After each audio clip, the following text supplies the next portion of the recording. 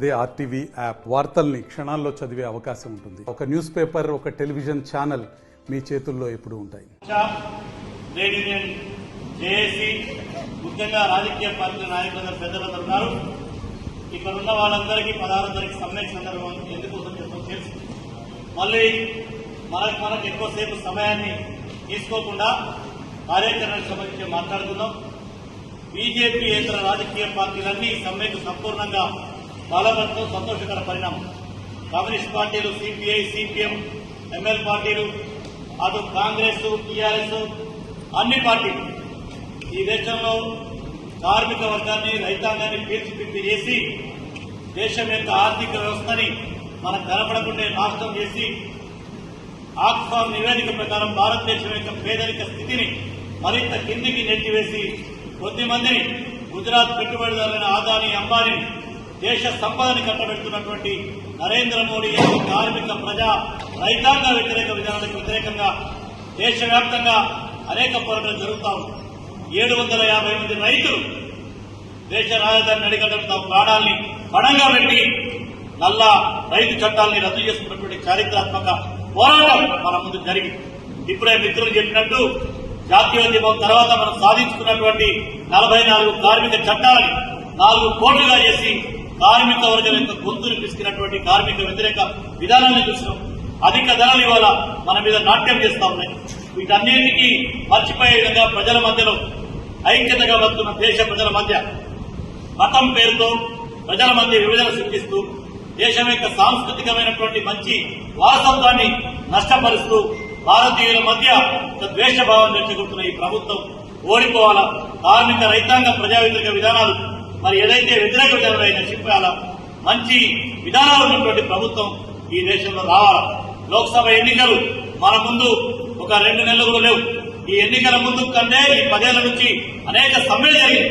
ఇది ఈ ప్రభుత్వ చివరి ఏళ్ళలో జరుగుతున్నటువంటి చివరి సమ్మె.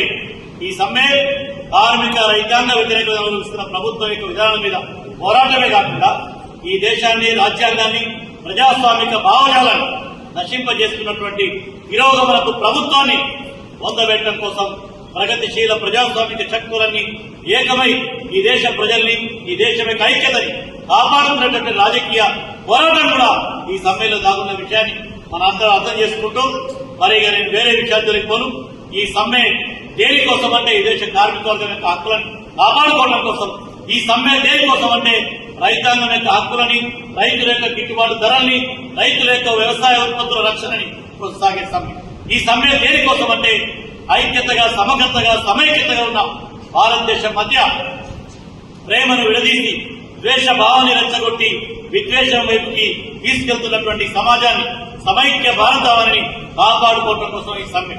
ఈ సమ్మె దేనికంటే బాబాసాహెబ్ అంబేద్కర్ నాయకత్వం రచించిన రాజ్యాంగం దీన్ని పనిచేయకుండా ఈ రాజ్యాంగాన్ని కూడా వీల్చి పిప్పి చేసి రాజ్యాంగం యొక్క మౌలిక సూత్రాలను నశింపజేస్తున్న ఈ ప్రభుత్వానికి వ్యతిరేకంగా రాజ్యాంగాన్ని, ప్రజాస్వామ్యాన్ని కాపాడుకోవడం కోసం 5 లక్ష్యాలకు సాగుతున్న ఈ సమ్మెకు మరి ఇక్కడ అన్ని రాజకీయ పార్టీలు సపోర్ట్ చేస్తా ఉన్నాయి. భారత కమ్యూనిస్ట్ పార్టీ తరఫున కూడా అన్ని రాజకీయ పార్టీలు అందరం ఇవాళ సపోర్ట్ చేస్తూ రేపు జరుగుతున్నటువంటి పారిశ్రామిక సమ్మె గాని, గ్రామీణ బంద్ గాని, ఈ జిల్లాకు సంబంధించినటువంటి అన్ని వర్గాల ప్రజల మద్దతుతో జరిగినటువంటి బంద్ కి మరి కొత్తగూడెం జిల్లా నుంచి అందరం సంపూర్ణమైన మద్దతును, ప్రత్యక్షమైన భాగస్వామ్యాన్ని మరి ఉంటామని, ఈ పోరాటం ఇది ప్రజలది, మనందరిది. దీంట్లో పాత్రికేయ మిత్రులు, మేధావులు, అన్ని వర్గాల వారు, దేశాన్ని ప్రేమించే శక్తులన్నీ, నిజమైన దేశభక్తుల శక్తులన్నీ ఈ సమ్మెలో రావాలని కోరుకుంటూ ఇది జయప్రదం కావాలని కోరుతూ మీ అందరి నుంచి సెలవు తీసుకుంటున్నాను.